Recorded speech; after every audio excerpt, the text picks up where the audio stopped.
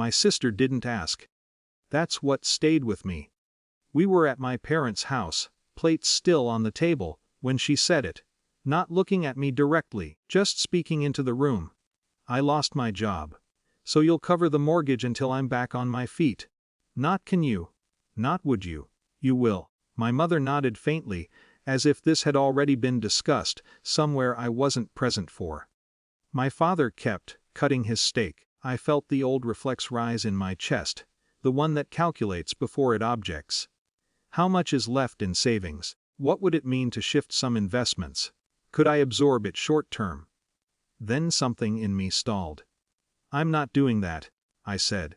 It wasn't loud, it wasn't dramatic, it was just unfamiliar. My sister blinked. Excuse me. I'm not paying your mortgage. The room changed temperature. My mother's fork paused midair. My father finally looked up. She just needs temporary help, he said carefully. Family supports family. Family supports family.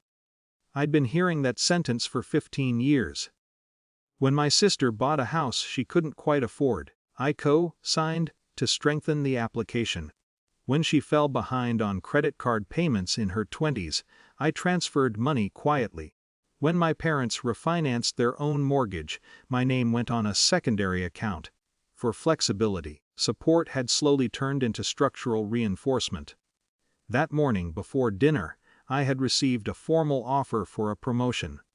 Regional director, different state, higher salary. Full relocation package. I hadn't told them yet. I accepted a position out of state, I said. I'm moving in 2 months. My sister stared at me like I'd announced a betrayal. So you're just leaving? She asked. Yes. The word felt steadier than I expected. An hour after I got home, my phone lit up. From Dad, if you're going to abandon your sister when she needs you, don't expect to stay in the will. I read it twice. Not anger, not even surprise. Just clarity. The inheritance had always floated above us like a quiet leash. College funds adjusted. Future considerations. Subtle reminders of who had sacrificed what. I sat at my kitchen table and opened my laptop. One by one, I logged into every shared account. The joint emergency fund. Removed myself as secondary holder. The mortgage portal where I was listed as co-signer. Submitted a formal request to withdraw from future liability, triggering a lender review. The credit line my parents kept for family flexibility. Revoked authorized access. Each step required confirmations, identity verification codes, digital signatures. It wasn't emotional, it was administrative. Around midnight, the first call came from my sister, then my mother, then my father. By sunrise, 37 missed calls. At 8:15 a.m., a number I didn't recognize rang.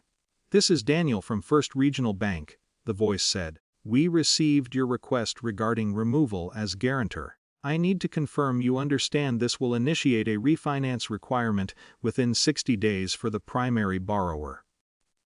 I understand. If the borrower cannot refinance independently, the loan terms may adjust. I understand. His tone was neutral. Professional. Institutional. Authority doesn't yell, it just enforces. Within an hour, my sister's messages shifted from outrage to urgency. What did you do? They're saying I have to requalify a loan. You can't just pull out like this. But I could. I hadn't pulled out of family. I'd pulled out of liability. Late afternoon, my father finally texted something different. Call me, I did. You're overreacting, he began. I'm restructuring, I said. A long silence. You know she can't qualify on her current income. She has 60 days, I replied. She can refinance, sell, or rent it out. I'll help her review options. Help how? He pressed. Advice. Planning. Not payments. He exhaled slowly, the kind of breath that used to signal disappointment when I didn't comply. You're choosing money over family. I looked around my apartment. The furniture I'd bought myself, the framed certificate from my first promotion, the packed boxes waiting for relocation. No, I said, I'm choosing not to confuse the two. That night, my sister called again. I answered. Her voice was thinner now. Were you ever going to tell us about the promotion? I was. You always act like you're separate from us. The words weren't an accusation. They were almost confused. "I'm trying to be," I said. Silence. "I didn't think you'd actually say no," she admitted. "I know. We didn't resolve anything. We didn't reconcile. But something shifted, the assumption that I would absorb consequences simply because I could." 2 weeks later, my promotion was publicly announced. Relocation scheduled. New office address in my email signature. My name no longer appeared on any family account. The will remains uncertain. My father hasn't mentioned it again. Sometimes I feel a flicker of guilt, not for refusing but for how long I agreed before. Independence isn't loud. It doesn't slam doors. It signs forms. It changes passwords.